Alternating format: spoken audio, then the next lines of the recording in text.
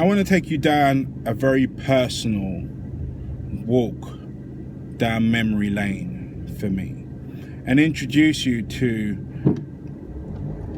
the most significant point in my life. And it's the most significant point for two reasons. One being it represents the point in my life of utmost sorrow, and also represents the point of birth for my determination. That point in my history, and you'll have to forgive me if my words become a little shaky, is when my father died. Now, my mother and my father, as far as I understood as an 8-year-old child, had an up and a down relationship, a normal relationship as you'd expect it to be. Sometimes they were best of friends, sometimes they weren't talking. But my father routinely came round to see me. Along the side of having 3 girls, I was his only son. So he made sure that he took time out to spend time with me. He convinced me that I could drive when I was 5, just because he taught me what a clutch was. There are lots of clear, happy memories in there, but they are overshadowed now by that particular memory associated with his demise and his fall. Now, my father wasn't, rephrase that. On that day, I had been, if I remember rightly, been playing outside. I'd been on my bike, I was riding around. We used to live on a council estate in Bellingham, and we had been playing games. I don't know if the kids still play them these days, because we had sleeping policemen, so these ramp bumps in the road to slow the cars down, and we made a game out of it to see how many people we could lie down after the ramp, and then somebody would jump over them with their BMX bike. BMX bikes were really all the rage back then. Probably similar to, as crazy as hyped as what the kids roll around on these days, with that thing that you got to lean forward and it moves for you. And I remember being particularly triumphant because I managed to jump, I think it was like 4 people, and not land on the last one, which happened quite a bit. I remember walking into the house, going to get a drink, going to run straight back outside. My mum pulls me aside and said, "We need to have a talk. More importantly, you should probably sit down." So we sit down, and she begins to deliver this earth-shattering news. And I don't remember the exact words that she used, because at that point, nothing was audible really. I just saw mouths moving and with no sound. It was quite surreal.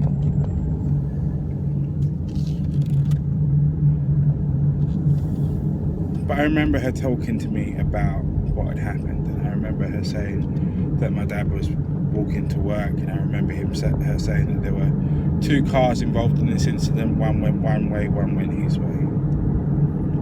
And at the time, the only thing that I could think of was to go to the cupboard, my wardrobe, where I had my photo album, pull out the only 3 pictures that I had of him.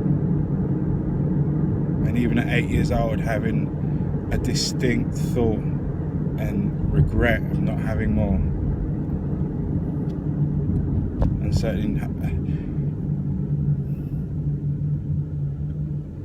and just looking at him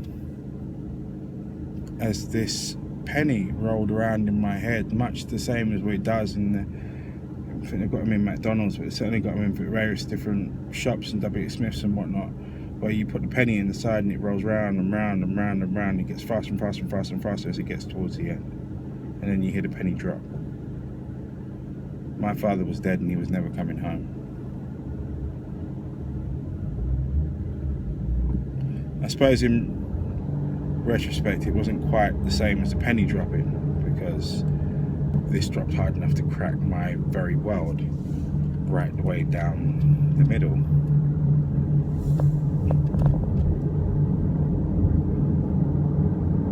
Fast forward into the day of the funeral. I remember walking into the front. We walked through the front gate. It was me, my mum, my little sister. She wasn't even 1 at that point in time, and my auntie Gracelyn. And we've come into the house. I remember clocking the reef that my mum had asked me to pick out, and someone had had the sense and sensitivity, really, I suppose, to position that reef right at the front of the house. It was in a very prominent place. I could see it. And as we walked into the house, now, up until that point during the day, and since we'd had that conversation, my mother had remained strong, as she normally would do.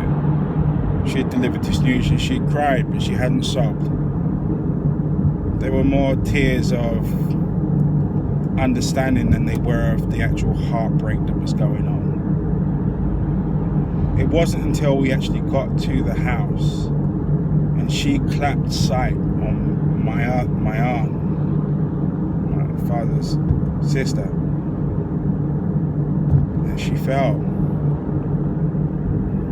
She fell to her knees. And that was very new for me. It was very new for everybody. I mean, my mother is probably about 5 foot and an argument tall. But she's as strong as houses. She's the strongest person I know. But she fell. And I remember the weight of that occurrence, even wandering into the mind of a barely 1-year-old that hadn't even understood how to scratch her own face yet. But even her face looked concerned. And somewhere in the middle of that understanding, of that view, something changed. So I remember standing more upright, like he did. I remember walking over to his coffin, looking at him lying there, almost like he was sleeping, but his hands were bandaged up. And as I reached to readjust his suit, inside the inside pocket of that suit was the bottle of aftershave I bought him for his birthday that had long since passed. Now I choose to believe that bottle was in that inside pocket because he wanted to keep me closer to him. If anybody ever wanted to highlight a truth that was anything different to that, I'd offer some serious argument. But I made him a promise at that point. I made him a promise that no matter how bad life got, no matter how many things got thrown in our way, I would always make sure that they were safe, they were taken care of, and that he was remembered.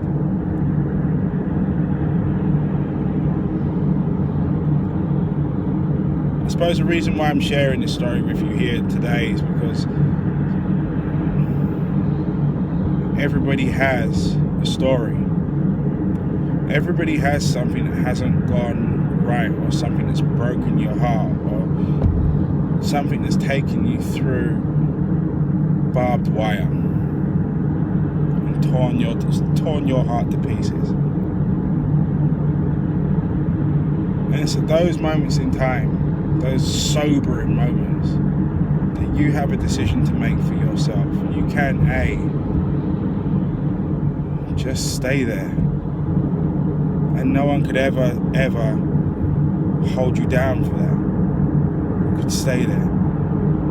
You could stay there and decide that, you know what, enough's enough, and I'm through.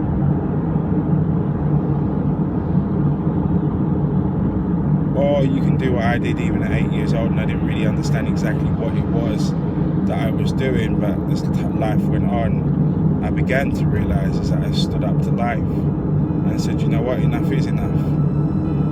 But you don't have enough to beat me. You can stand up to life itself and say, you know what, I will be counted. I will not only just be counted, I'll also be remembered. Not for being defiant, not for being defensive, but to being resilient, but to being determined.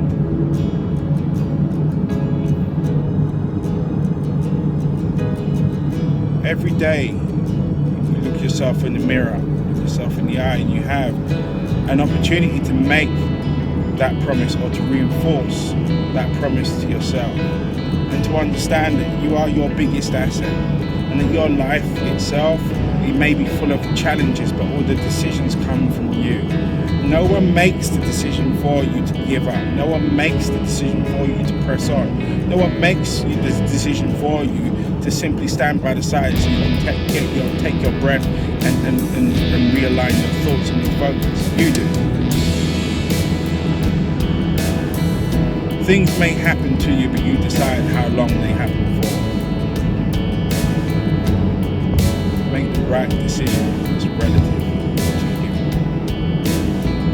Make the right choice that fits what you want your life to stand for.